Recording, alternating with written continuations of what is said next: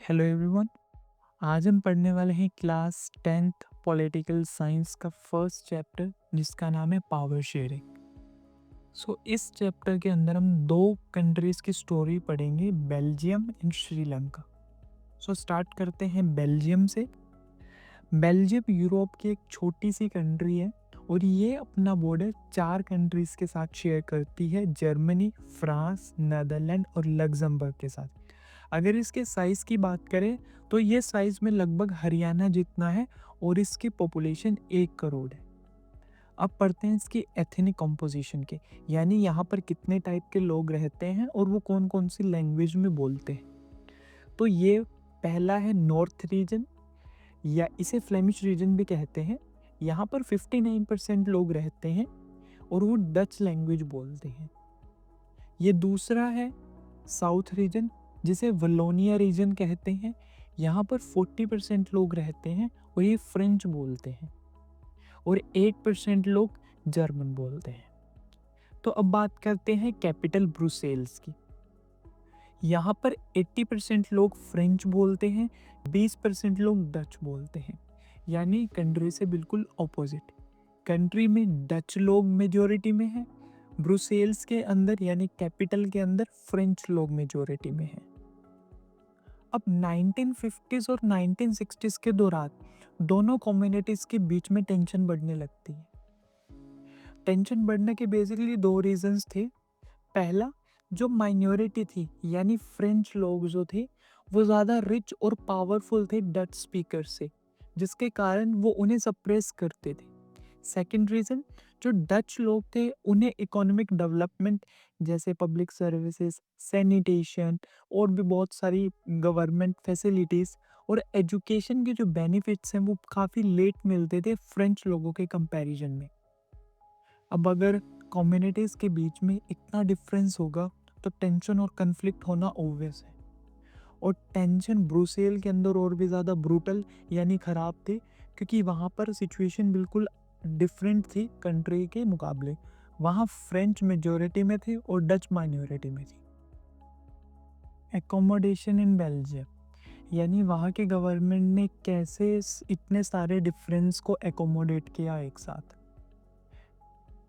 ये प्रॉब्लम और भी ज़्यादा बढ़े इससे पहले वहाँ के गवर्नमेंट ने एक स्मार्ट मूव चला, जिसके दौरान उन्होंने अपने कॉन्स्टिट्यूशन को 4 बार अमेंड किया, यानी 4 बार उसके अंदर चेंजेस किए।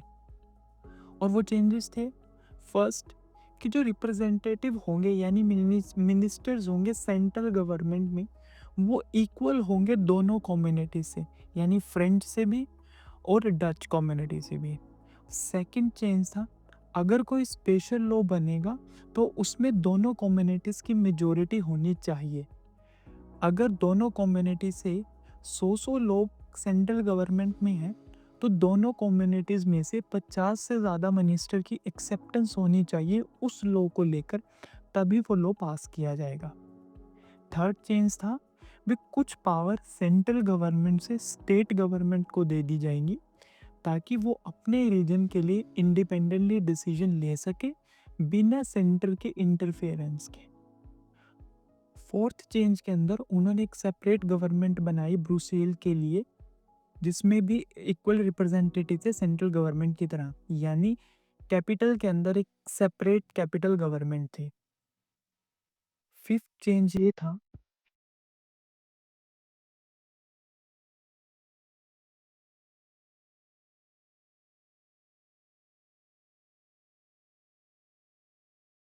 कि सेंटर, स्टेट और कैपिटल गवर्नमेंट से एक अलग गवर्नमेंट बनाएंगे जो कम्युनिटी गवर्नमेंट होगी, जो अपनी कम्युनिटीज़ के एजुकेशन, लैंग्वेज और कल्चर जैसी चीज़ों पर डिसीजन ले सकती है।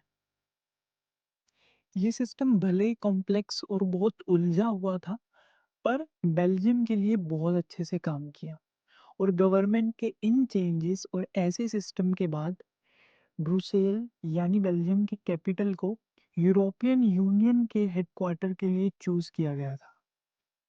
चलिए बात करते हैं दूसरी कंट्री की, जिसका नाम है श्रीलंका। श्रीलंका एक आइलैंड नेशन है जिसकी पॉपुलेशन 2 करोड़ के आसपास है, यानी एज हरियाणा। और इसके एथनिक कॉम्पोजिशन को समझे तो यहाँ पर 74% लोग सिन्हाला बोलते हैं, जो कि मेजरली बुद्धिस्ट है। 18% लोग तमिल बोलते हैं, जो कि हिंदू और मुस्लिम वो है। यहाँ के तमिल्स में दो सब डिविजन हैं।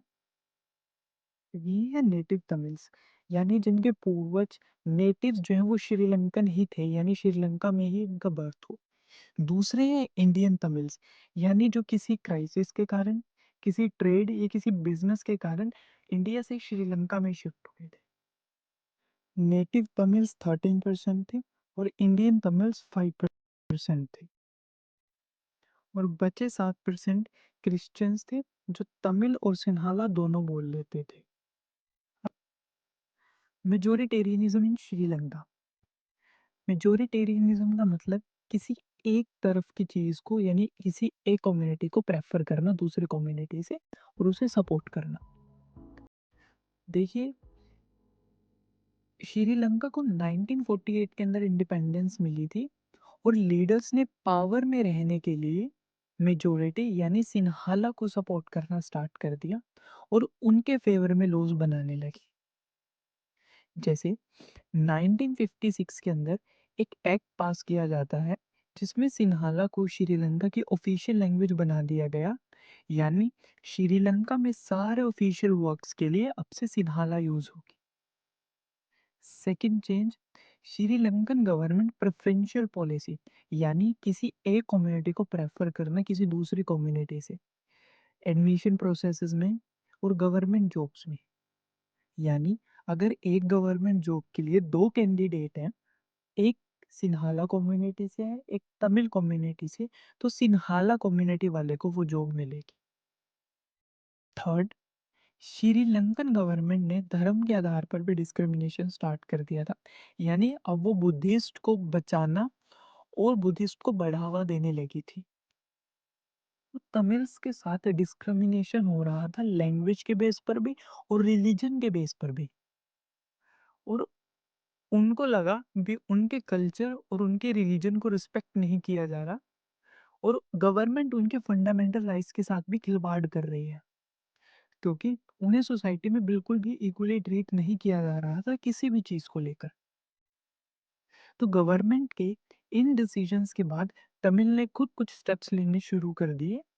जैसे उन्होंने अपनी पॉलिटिकल पार्टी बनाना शुरू कर दिया और तमिल को भी श्रीलंका की ऑफिशियल लैंग्वेज के रूप में डिमांड करने लगे और गवर्नमेंट जॉब्स और यूनिवर्सिटी एडमिशन्स में इक्वल अपॉर्चुनिटी मांगने लगे। और गवर्नमेंट्स ने इन डिमांड्स को भी इग्नोर किया उनकी। तो फिर 1980s के दौरान उन्होंने पॉलिटिकल ऑर्गेनाइजेशंस बनाना शुरू कर दिया और श्रीलंका के नॉर्दर्न और ईस्टर्न पार्ट में सेपरेट स्टेट की डिमांड करने लगे, जिसको उन्होंने नाम दिया इंडिपेंडेंट तमिल एलम्स। तो गवर्नमेंट ने दोबारा इन डिमांड्स को रिजेक्ट करते हुए सिन्हाला कम्युनिटी को सपोर्ट करना स्टार्ट करती रही। इसके बाद तमिल्स के बीच काफ़ी गुस्से की सिचुएशन बनने लगी और दोनों कम्युनिटीज आपस में लड़ने लगी और फिर ये कन्फ्लिक्ट एक सिविल वॉर के अंदर तब्दील हो गया। सिविल वॉर यानी किसी एक रीजन, एक कंट्री के अंदर के लोगों में आपस में वॉर होना। सिविल वॉर होने लगा जिसके कारण कई हज़ारों सैकड़ों लोगों की मौत हो जाती है और श्रीलंका को काफ़ी ज़्यादा इकोनॉमिकली, सोशल और कल्चर लॉस सहना पड़ता है। So this was all about Sri Lanka. तो अब तक हमने दो कंट्रीज़ के बारे में जाना, बेल्जियम एंड श्रीलंका। दोनों कंट्रीज़ में लगभग सेम सिचुएशन थी, पर ऐसा क्या हुआ कि एक कंट्री में लोग पीसफुली और यूनिटी में रहने लगे, वहीं दूसरी कंट्री में इतना ज़्यादा कॉन्फ्लिक्ट्स और लॉसेस सहना पड़ा। तो पावर शेयरिंग इम्पोर्टेंट इसीलिए है, उसके दो रीजंस हैं। फर्स्ट है प्रूडेंशियल, सेकंड है मोरल।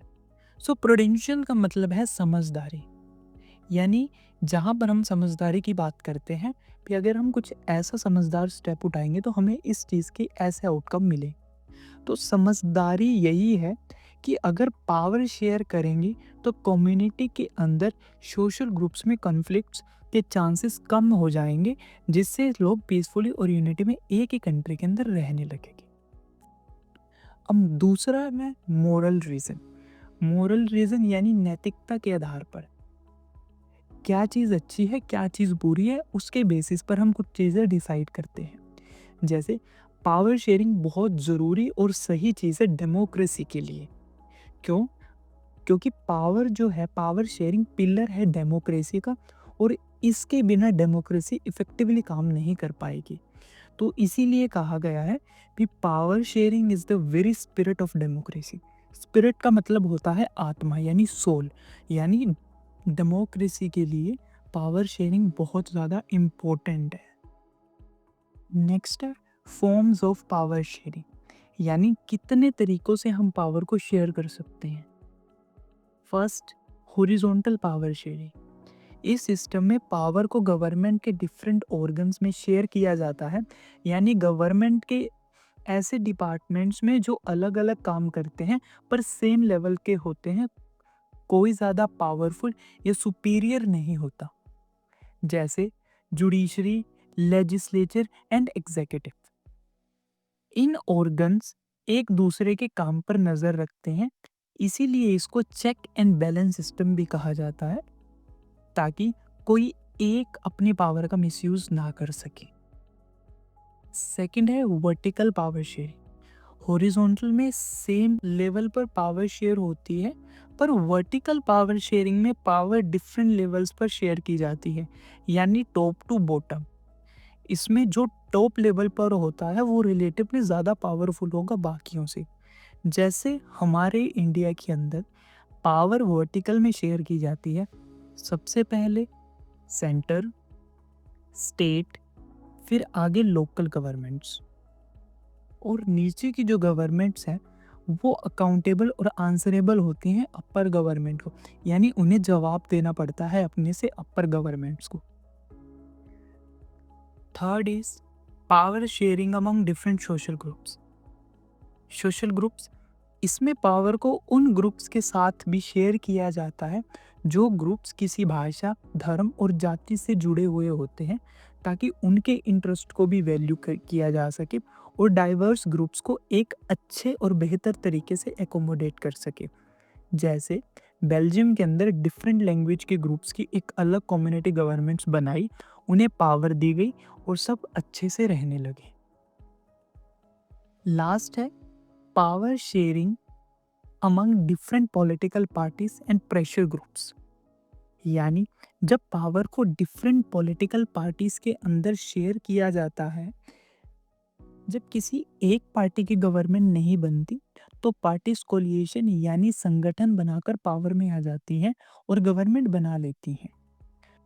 अब सिर्फ पावर में आई पार्टी ही डिसीजंस को इन्फ्लुएंस नहीं करती, बल्कि जो पार्टी गवर्नमेंट नहीं फॉर्म कर पाई वो पार्टी ओपोजिशन का काम करती है और गवर्नमेंट से पार्लियामेंट में क्वेश्चन करती है। अब है प्रेशर ग्रुप्स, यानी ऐसे ग्रुप्स जो गवर्नमेंट के ऊपर डिफरेंट टाइप का प्रेशर बनाकर उनके डिसीजंस को इन्फ्लुएंस कर सकते हैं, जैसे किसान union, student union. So this was all about the chapter power sharing. I hope you liked the video. Thank you so much for watching.